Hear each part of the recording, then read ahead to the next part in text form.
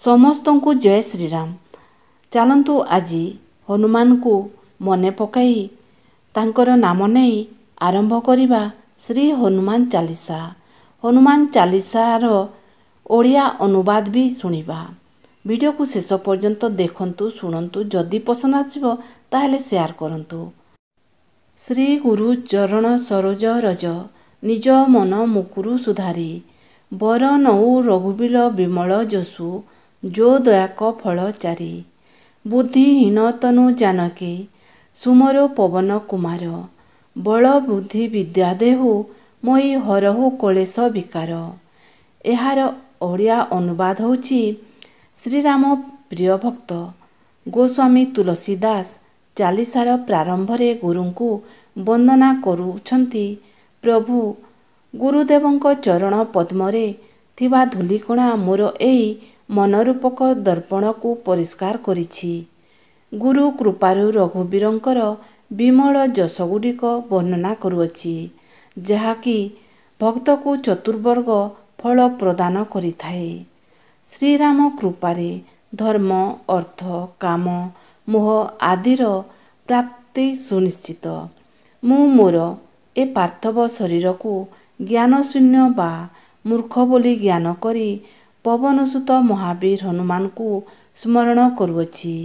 ହେ ମାରୁତି ନନ୍ଦନ, ବୁଦ୍ଧି ପ୍ରଦାନ କରି ସମସ୍ତ କ୍ଲେଶ ଓ ବିକାର ଭାବକୁ ଦମନ କର। ଏବେ ଶୁଣିବା ଚୌପାଇ। ଜୟ ହନୁମାନ ଜ୍ଞାନ ଗୁଣ ସାଗର, ଜୟ କପିଶ ତହୁଁ ଲୋକ ଉଜାଗର। ଓଡ଼ିଆ ଅନୁବାଦ ହେଉଛି ଜୟ ହେ ହନୁମାନ, ତୁମ ଜ୍ଞାନ ଓ ଗୁଣର ସାଗର। ତମ ତଥା କପିଶ୍ରେଷ୍ଠ ଅଟ।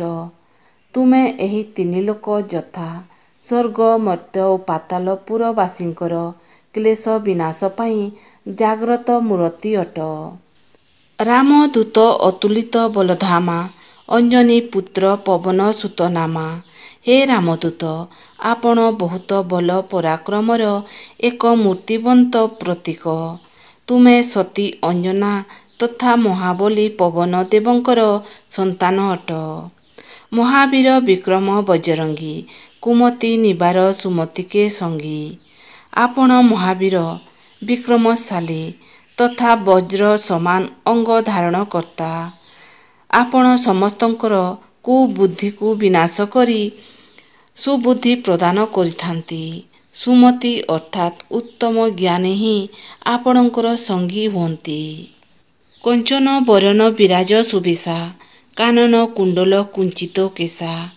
ଆପଣଙ୍କର ଶରୀରର କାନ୍ତି ତେଜମୟ ସୁବର୍ଣ୍ଣ ସଦୃଶ ଅଟେ।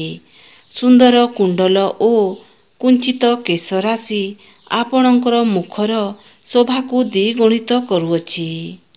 ହାତ ବଜ୍ର ଓ ଧ୍ୱଜା ବିରାଜେ, କାନ୍ଧେ ମୁଞ୍ଜ ଜନେଜ ସାଜେ। ହେ ହନୁମନ୍ତ, ତୁମର ଗୋଟିଏ ହାତରେ ବଜ୍ର ଏବଂ ଅନ୍ୟ ହସ୍ତରେ ଧ୍ୱଜା ବିରାଜମାନ କରୁଅଛି। କାନ୍ଧରେ କୁଶ ନିର୍ମିତ ଉପନୀତ ଶୋଭା ପାଉଅଛି। ଶଙ୍କର ସୁମନ କେଶରୀ ନନ୍ଦନ, ତେଜ ପ୍ରତାପ ମହାଜଗବନ୍ଦନ। ହେ ହନୁମନ୍ତ, ଆପଣ ଆପେ ଶଙ୍କରଙ୍କର ଅବତାର। ଆପଣ ହିଁ କେଶରୀ ନନ୍ଦନ। ଆପଣଙ୍କ ପ୍ରତାପ ଏବଂ ତେଜପୁଞ୍ଜ ଅତି ଉତ୍କୃଷ୍ଟର ହୋଇଥିବାରୁ ସମଗ୍ର ସଂସାରରେ ପୂଜ୍ୟ ବା ବନ୍ଦନୀୟ ହୋଇଅଛନ୍ତି। କେଶରୀ ନନ୍ଦନର ତାତ୍ପର୍ଯ୍ୟ ବହୁ ଉପପୁରାଣ ପ୍ରମାଣ ଦିଅନ୍ତି। କପିରାଜ କେଶରୀଙ୍କର ଅର୍ଦ୍ଧାଙ୍ଗିନୀ ଥିଲେ ଅଞ୍ଜନା, ତେଣୁ ତାଙ୍କୁ କେଶରୀ ନନ୍ଦନ। ଶଙ୍କର ତେଜରୁ ଜନ୍ମ ହୋଇଥିବାରୁ ଶଙ୍କର ସୁବନ ଅବତାର କୁହାଯାଏ। ବିଦ୍ୟାବାନ ଗୁଣୀ ଅତି ଚାତୁର, ରାମ କାଜ କରିବେକୁ ଆତୁର। ହେ ମହାବୀର ହନୁମନ୍ତ, ଶୁଣିଛି ସୂର୍ଯ୍ୟଙ୍କ ଠାରୁ ବିଦ୍ୟା ଶିକ୍ଷା କରି ଆପଣ ବିଦ୍ୟାମାନ, ଆହୁରି ଗୁଣବାନ ତଥା ଅତ୍ୟନ୍ତ ଚତୁର।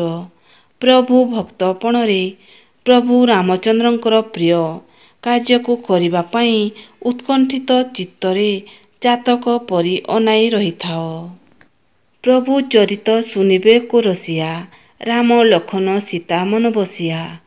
ଶୟନେ ସପନେ ଜାଗରଣରେ ମଧ୍ୟ ଆପଣ ଶ୍ରୀରାମ ଚରିତ ଶ୍ରବଣରେ ଆନନ୍ଦିତ ହେବା ସହିତ ରାମ ରସରେ ରସାୟଣିଆ ହୋଇଥାନ୍ତି ଆଉ ହୃଦୟରେ ଧାରଣ କରିଥାନ୍ତି ରଘୁକୁଳ ତିଳକ ପ୍ରଭୁ ଶ୍ରୀରାମ ସହିତ ଜାନକୀ ଓ ଲକ୍ଷ୍ମଣଙ୍କୁ। ସୂକ୍ଷ୍ମ ରୂପ ଧରି ସିଂହୀ ଦିଖାवा, ବିକଟ ରୂପ ଧରି ଲଙ୍କା ଜରାवा।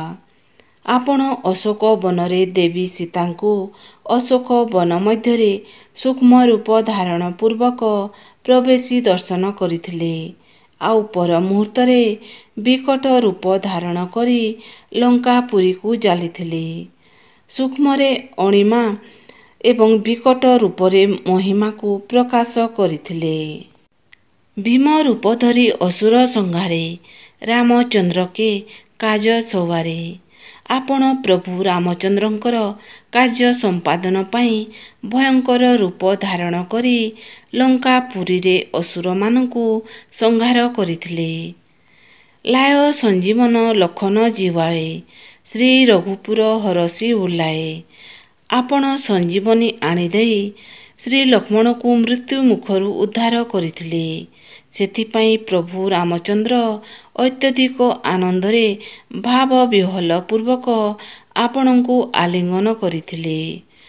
ରଘୁପତି କିହ୍ନି ବହୁତ ବଢ଼ାଏ, ତୁମ ମମ ପ୍ରିୟ ଭରତ ସମଭାଇ। ସେ ସମୟରେ ରଘୁପତି ଆପଣଙ୍କ ଉଚ୍ଚ ସ୍ୱରରେ ପ୍ରଶଂସା କରି କହିଥିଲେ, ହେ ହନୁମନ୍ତ, ତୁମେ ମୋର ଅତି ପ୍ରିୟ ଭାଇ ଭରତ ସହିତ ସମାନଟ। ସହସ୍ର ବଦନ ତୁମ୍ହାର ଯଶ ଗାଏ, ଅସ କହି ଶ୍ରୀପତି କଣ୍ଠ ଲଗାଏ। ତୁମର କୀରତି ରାଶି ବା ଯଶ ସମୂହକୁ ସହସ୍ର ସହସ୍ର ମୁଖରେ ଗାନ କରିଥାନ୍ତି। ଏକଥା କହିବା ପରେ ଶ୍ରୀପତି ଲକ୍ଷ୍ମୀଙ୍କର ପତି ନାରାୟଣଙ୍କ ଅବତାରୀ ପୁରୁଷ ପ୍ରଭୁ ଶ୍ରୀରାମ ଆପଣଙ୍କୁ ତାଙ୍କର କଣ୍ଠଦେଶରେ ଆଲିଙ୍ଗନ କରିଥିଲେ। ସନକାଦି ବ୍ରହ୍ମାଦି ମୁନିଷା, ନାରଦ ସାରଦ ସହିତ ଅହିସା।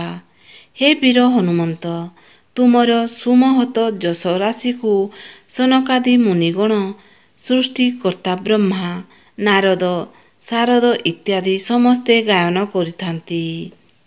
ଯମ କୁବେର ଦିଗପାଲ ଯାହାତେ, କବି ଗୋବିନ୍ଦ କହି ସକ କାହାତେ। ଆହୁରି ଆପଣଙ୍କର ଯଶକୁ ଯମ କୁବେର ତଥା ଦିଗପାଲମାନଙ୍କ ସହିତ ସମସ୍ତେ ସ୍ତୁତି ପ୍ରକାର ଗାୟନ କରନ୍ତି। ସେ ସ୍ଥଳରେ ଏଛାର କବି ବା ଜଣେ ପଣ୍ଡିତ ଯେପରି ଉଦ୍ୟମ କରିବ କେମିତି, ତାର କ'ଣ ଶକ୍ତି ଅଛି? ଯଦି ଆଜିର ହନୁମାନ ଚାଳିଶାର ଓଡ଼ିଆ ଅନୁବାଦ ଆପଣମାନଙ୍କୁ ପସନ୍ଦ ଆସିଲା ତାହେଲେ ସେୟାର କରନ୍ତୁ। ଆଉ ଗୋଟିଏ ଏପିସୋଡ଼ରେ ପାର୍ଟ 2 ଶୁଣିବେ। ସେତେବେଳ ପର୍ଯ୍ୟନ୍ତ ଜୟ ଶ୍ରୀରାମ।